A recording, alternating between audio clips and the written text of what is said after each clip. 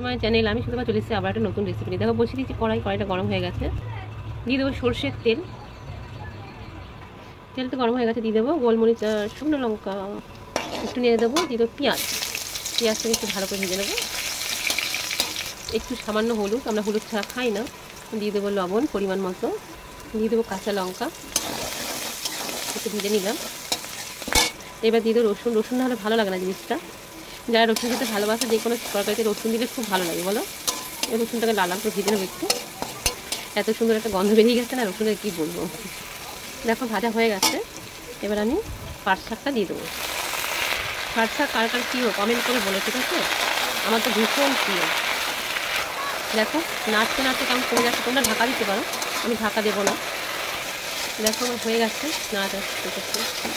কেমন হচ্ছে অবশ্যই বলে লাইক শেয়ার কমেন্ট সাবস্ক্রাইব করে পাশে থেকো। সবাই সুস্থ থাকো, ভালো থাকো, টাটা।